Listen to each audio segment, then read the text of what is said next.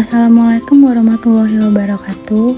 Hai semua, perkenalkan nama saya Bernardine Nanjani dengan NPM 2452011157 ingin menjelaskan tentang hukum perdata mengenai istilah dan pengertian hukum perdata. Baiklah, mari kita masuk ke materi yang pertama, yaitu tentang istilah hukum perdata. Istilah hukum perdata, pada dasarnya, hukum dapat dibedakan menjadi dua macam, yaitu hukum publik dan hukum privat atau hukum perdata. Hukum publik merupakan ketentuan-ketentuan hukum yang mengatur kepentingan umum, sedangkan hukum perdata atau hukum privat mengatur kepentingan yang bersifat keperdataan. Lalu, yang kedua, ada pengertian hukum perdata.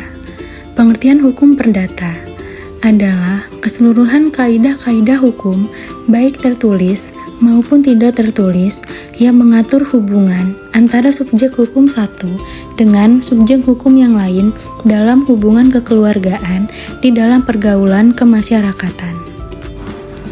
Lalu yang ketiga, ada kaidah hukum perdata tertulis dan hukum perdata tidak tertulis. Hukum perdata tertulis adalah kaidah-kaidah hukum perdata yang terdapat di dalam peraturan perundang-undangan, traktat, dan jurisprudensi. Sedangkan hukum perdata tidak tertulis adalah kaidah-kaidah hukum perdata yang timbul, tumbuh, dan berkembang dalam praktek kehidupan masyarakat atau kebiasaan. Lalu yang keempat, ada subjek hukum dan substansi hukum perdata. Subjek hukum itu ada dua, yaitu manusia dan badan hukum. Manusia sama dengan orang karena mempunyai hak dan kewenangan hukum. Sedangkan badan hukum adalah kumpulan orang-orang dengan tujuan tertentu. Dan substansi hukum perdata. Substansi hukum perdata dibedakan menjadi dua, yaitu dalam hubungan keluarga dan dalam pergaulan masyarakat. Dalam hubungan keluarga menimbulkan tentang orang dan hukum keluarga, sedangkan dalam pergaulan masyarakat menimbulkan hukum harta kekayaan, perikatan, dan hukum waris.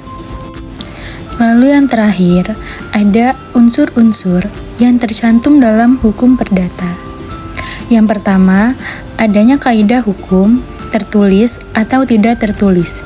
Yang kedua, mengatur hubungan hukum antara subjek hukum yang satu dengan subjek hukum yang lain.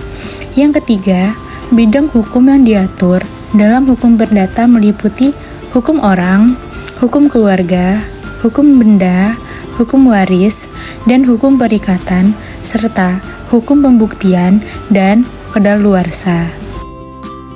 Baiklah, sekian penjelasan materi hukum perdata dari saya. Saya akhiri. Wassalamualaikum warahmatullahi wabarakatuh.